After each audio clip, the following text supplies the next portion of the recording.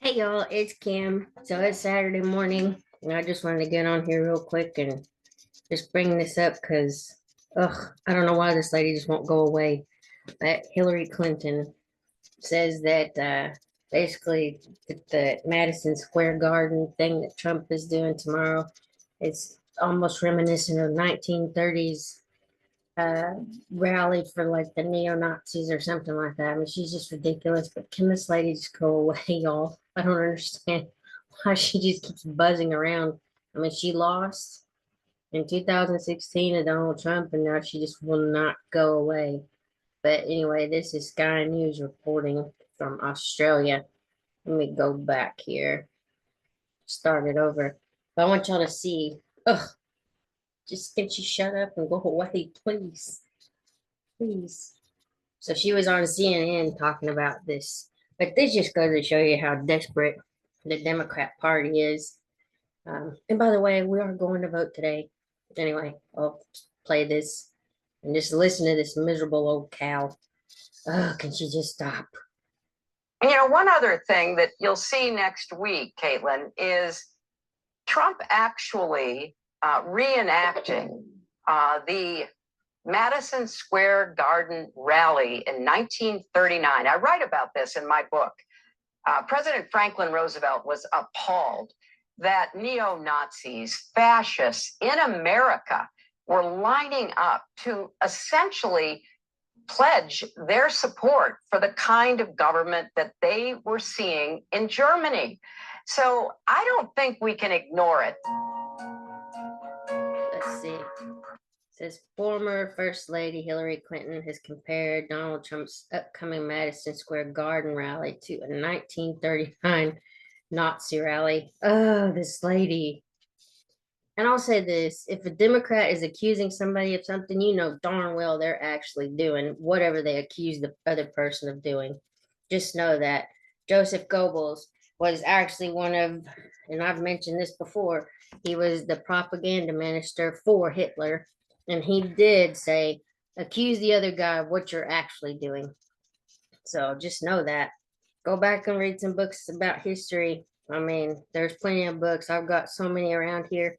But I've heard this, I've read it, I've seen it on other places, online. Just these people are just so disgusting. Anyway,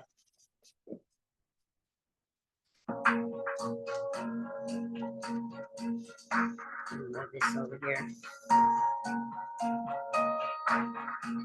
Let's see. It says Clinton appeared in an interview on CNN and claimed Trump will reenact a Nazi rally in 1939, which took place at the stadium.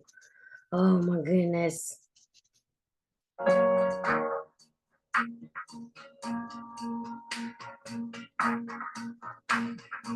Oh, she's so miserable. It says, one other thing that you'll see next week, Caitlin, is Trump will actually reenact in the Madison Square Garden rally in 1939. Basically, whatever she said from the interview.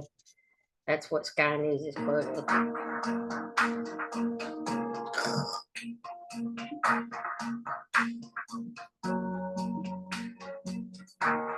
The former Secretary of State agreed with former White House Chief of Staff John Kelly's labeling of Trump as a fascist.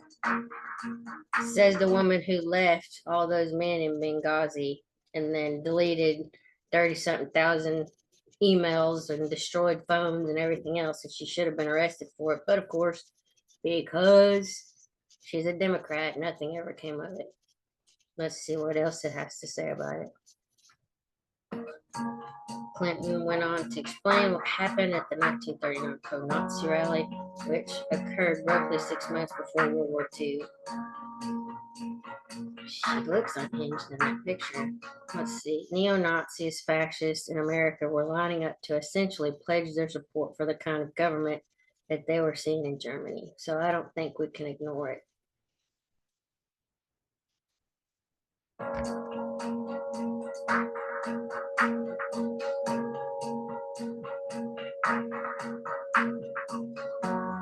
Now, it may be a leap for some people. A lot of others may think I don't want to go there. I don't want to say that. Of course you're gonna say, you crazy woman. I think she's still mad because she lost to Donald Trump. It says the former First Lady then pleaded with voters to open your eyes and recognize the danger that Trump poses to the U.S.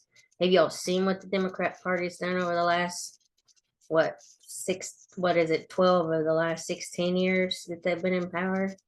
It all started with Obama, whether you want to believe that or not. He started the division, the racism, the DEI stuff, opening up just all the weird side of sexuality and everything else. So anyway, whatever.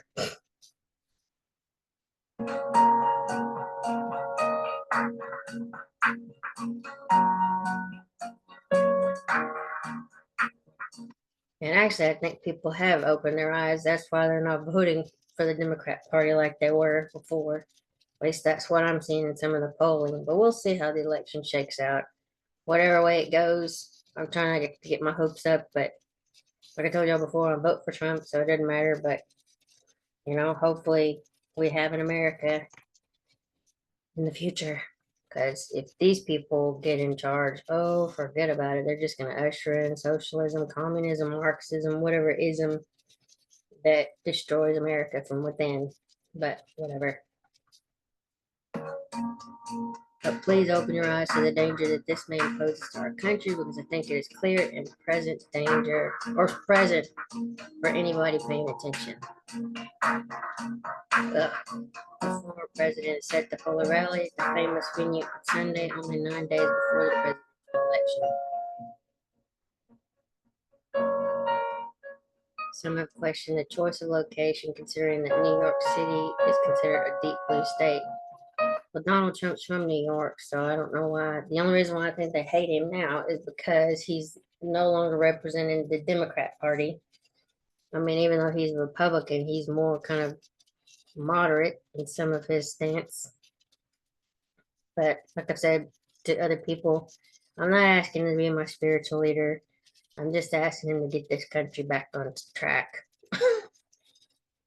We all bring manufacturing jobs, money, drilling for oil because we have plenty of it here, not being reliant on other countries, putting America first. Those are things that I'm concerned about.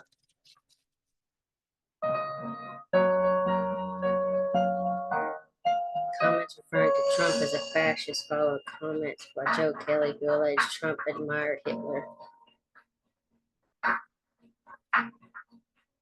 And they've even said that there's plenty of people that said that that's not true. He's never said anything like that. I mean, one of his son-in-laws is Jewish. He has Jewish or half Jewish grandchildren. I mean, these people just have nothing better to do than to try to smear this man. And all he's trying to do is make America better for everybody. Of course, the globalists and elitists can't handle that. They want you to just follow what they want. They think you're too stupid. And if you ever listen to some of their rallies, they talk to you like you're a child. That's what somebody else said yesterday. But if you look at them, they're acting like they're preschool teachers telling you what you need to think and how to learn and whatever else. It's ridiculous. Hold on. The Sky News host James Moore broke down the claims against Trump, slamming them as highly disputed and incredibly dubious. I mean, there's plenty of people that claim that this is not true.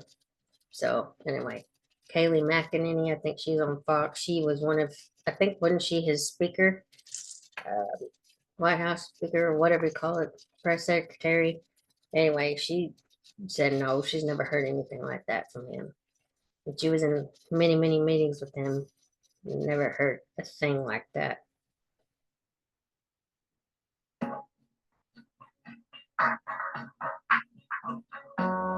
Sky News host saying, okay, yeah, they're still saying the same thing. Just changed it. Anyway, right. Well, it's Groundhog Day in America because every day seems to bring the same damn thing. A new flood of uncorroborated, unprovable, highly disputed, and incredibly dubious allegations against Donald Trump. Allegations that the accusers have just conveniently sat on for years And only just now, days before the election, Yeah, and if he said something like that, it's highly disputed and everything else, and just highly combative that the news has been. You're telling me that nobody would have come forward with all these allegations until 2 weeks before the next election. I mean, that just smacks of desperation. I just, oh my gosh, these people are so fake. But let's play this, see what he says. I mean, why would you wait almost 4 years to claim these things? Just because there's an election coming up and they know Kamala's losing in the polls and she's losing the black vote, or Hispanic vote, all these other groups are running away from the Democrat Party because they've done nothing but destroy and demonize certain groups. Now you want their vote. Now you're trying to demonize Trump again, which they've been doing it forever, since what, 2015 or 16. So anyway, let's see what he has to say about it. decided to step forward with. Trump is a groper. Trump said he was a big Hitler fanboy. Trump was mean about a dead Mexican American soldier. And so on and so on and so forth.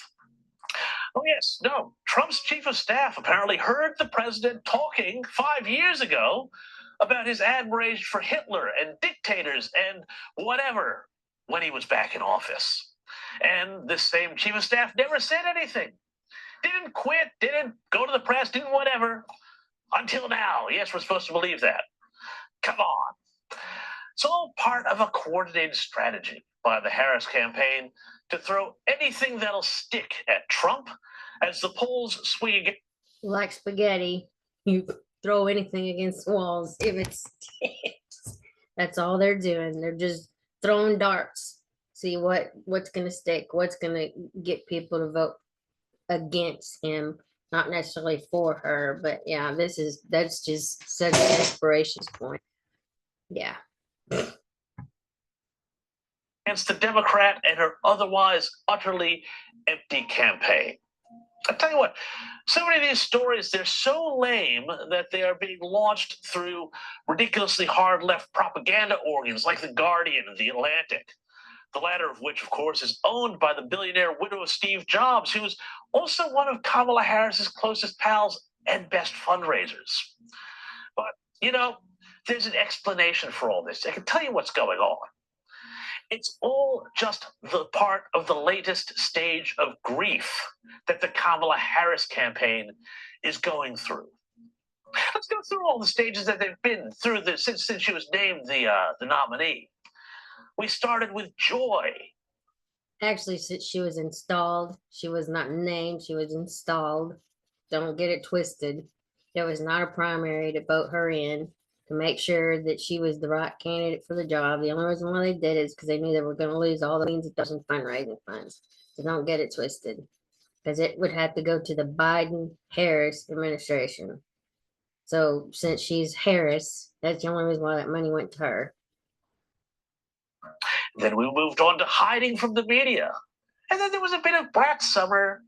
And then there was the crucial do all the media you can and hope this campaign catches fire stage, which we seem to be emerging out of as we head into the current stage, which is the call Trump Hitler stage of grief. Will acceptance be the final stage? Don't bet on it. Look at this. CNN had a town hall with Kamala Harris on Thursday, and I'll get to what else happened a bit in there later in the show. But let me play this little exchange between Kamala Harris and host Anderson Cooper. Do you think Donald Trump is a fascist? Yes, I do. Yes, I do. Okay, so now she has gone and said it. Trump is a fascist. Now, on one level, this is an old Democrat trick. I mean, this goes back decades. Back in 1948, Harry S. Truman complained that his Republican opponent, New York Governor Thomas E. Dewey, was like Hitler. And this was, by the way, at a time when memories of Hitler were, shall we say, a bit more raw. But this is important because Harris also said this. Do you believe Donald Trump is anti-Semitic? I believe Donald Trump is a danger to the well-being and security of America. That's not answering the Okay, so question. Trump is a fascist. Trump is a danger. Well, you know that I am no fan of the idea that words cause violence, but given there have already been 2 attempts on Donald Trump's life, you gotta ask, is this responsible? Absolutely not. It's definitely not responsible. But they're just going to continue to do it until election day and then beyond. So even if he gets in office, they're going to be going after him constantly. Oh boy. Let me just stop this sharing. Anyway, like I said, we're going to vote today. Oh man, I just hope he gets in. I really do. But yeah. If you haven't done it yet, get out and vote. Make your voice heard. Love Trump or hate him, but I think he's probably the best one for the job because we've seen how bad a job Kamala Harris has done. Anyway, I'll talk to you later. I probably won't be back on until like Monday, maybe. We'll see how it goes because I work crazy hours, like early mornings. Yes, I do look tired, but whatever. Anyway, you'll have a great day. I'll talk to y'all soon. Bye.